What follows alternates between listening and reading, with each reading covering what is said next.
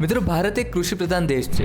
કૃષિ ક્ષેત્રનો વિકાસ અને સંશોધનને જોતા જો આજનો ખેડૂત તાલીમબદ્ધ ન થાય તો ખેડૂતોની મહેનત વ્યર્થ જાય છે. એટલે કે પ્રગતિશીલ ખેડૂત આજના યુગની આવશ્યકતા છે. આપણે ત્યાં પ્રથમ એગ્રીકલ્ચર કોલેજ 1947માં જ આણંદ ખાતે શરૂ થઈ. 1973માં ગુજરાત કૃષિ યુનિવર્સિટીની સ્થાપના થઈ અને તેનું વડું મથક સરદાર પટેલ કૃષિનગર દાંતીવાડા બનાસકાંઠામાં રખાયું અને તેના કેમ્પસ જૂનાગઢ, નવસારી અને આણંદમાં રખાયા.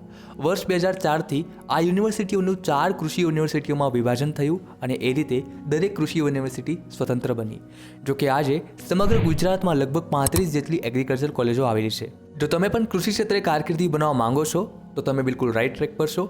આજે આપણે બીએસસી એગ્રીકલ્ચર કોર્સ વિશે જાણીશું અને જાણીશું કે બીએસસી એગ્રીકલ્ચર કોર્સ કેવી રીતે કૃષિ ક્ષેત્રને વધુ રસપ્રદ અને વિશાળ બનાવે છે. નમસ્કાર મિત્રો, હું છું હર્ષ, તમારી સાથે અને સ્વાગત કરું છું આપ સૌનું બાપા ક્લાસીસમાં. આ સાથે જો તમે આ ચેનલને ફર્સ્ટ ટાઈમ વિઝિટ કરો છો તો ચેનલ જરૂર સબસ્ક્રાઇબ કરો, જેથી આવા જ કારકિર્દીલક્ષી વધુ વિડીયોઝની અપડેટ તમને મળતી રહેશે. તો મિત્રો, સૌપ્રથમ જાણી લઈએ કે what is BSc agriculture course. BSc agriculture શું છે? તો બીએસસી એગ્રીકલ્ચર એ કૃષિ ક્ષેત્રનો 4 વર્ષીય એક અંડરગ્રેજ્યુએટ બેચલર ડિગ્રી કોર્સ છે. આ કોર્સમાં તમને ખેતીની વિવિધ બાબતો જેમ કે પાક ઉત્પાદન, પશુપાલન, જમીન વ્યવસ્થાપન, કીટકશાસ્ત્ર, વનસ્પતિશાસ્ત્ર વગેરેનું વ્યાપક નોલેજ પૂરું પાડવામાં આવે છે. ઇન શોર્ટ, આ કોર્સમાં તમને કૃષિ ક્ષેત્રની નવીનતમ તકનીકો અને સંશોધનથી પરિચિત કરવામાં આવે છે.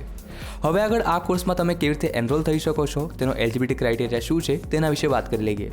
તો મિત્રો, આ કોર્સમાં એનરોલ થવા ફર્સ્ટ ઓફ ઓલ તમારું ધોરણ 12 સાયન્સ સ્ટ્રીમમાં હોવું જોઈએ, એ પણ પીસીબી અર્થાત ફિઝિક્સ, કેમેસ્ટ્રી અને બાયોલોજી સબ્જેક્ટ સાથે.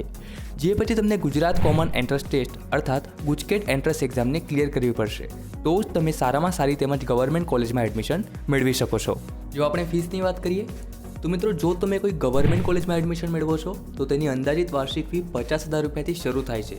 જ્યારે જો તમે કોઈ પ્રાઇવેટ કોલેજમાં એડમિશન લેવશો તો તેની અંદાજિત વાર્ષિક ફી ₹1,00,000 રૂપિયાથી શરૂ થાય છે.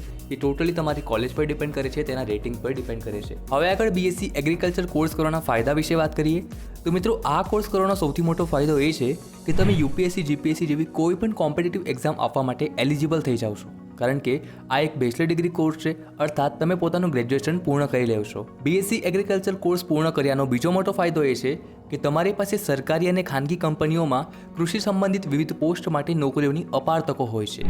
આ સિવાય તમે આ ક્ષેત્રે હાયર સ્ટડીઝ કરી અર્થાત એમએસસી પીએચડી કોર્સ કરી તમે એગ્રીકલ્ચર કોલેજોમાં લેક્ચરર કે પ્રોફેસર બની શકો છો.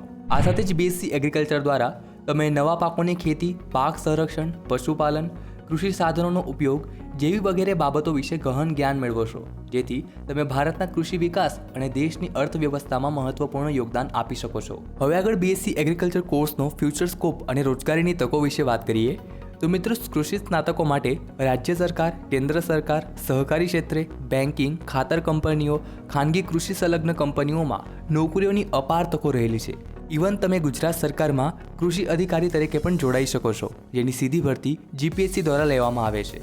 આ સિવાય તમે food corporation of India, Indian council of agriculture research, cotton corporation of India જેવી મોટી ગવર્મેન્ટ તેમજ પ્રાઇવેટ સંસ્થાઓમાં તમે જોડાઈ શકો છો. આવી સંસ્થાઓમાં તમે કૃષિ વિશેષજ્ઞ, વિભાગ અધિકારી, માર્કેટિંગ એક્ઝિક્યુટિવ, ICAR વૈજ્ઞાનિક, project assistant, research assistant, seed technologist જેવી વગેરે પોસ્ટ પર કામ કરી શકો છો અને પોતાના જીવનને એક નવી દિશા આપી શકો છો. સો ફ્રેન્ડ્સ, આઈ હોપ આ વિડીયો તમારા માટે હેલ્પફુલ રહ્યો હશે. છતાં જો હજુ પણ તમારા મનમાં બીએસસી એગ્રીકલ્ચર કોર્સથી રિલેટેડ કોઈ પણ પ્રશ્ન હોય તો તમે કમેન્ટ કરી પૂછી શકો છો, તમને તેનો આન્સર નક્કી જ મળશે. આ સાથે જ કરી વિડીયોની સમાપ્તિ. ફરી મળીશું કારકિર્દી સંબંધિત નવી માહિતી સાથે. ત્યાં સુધી જય શ્રી કૃષ્ણ.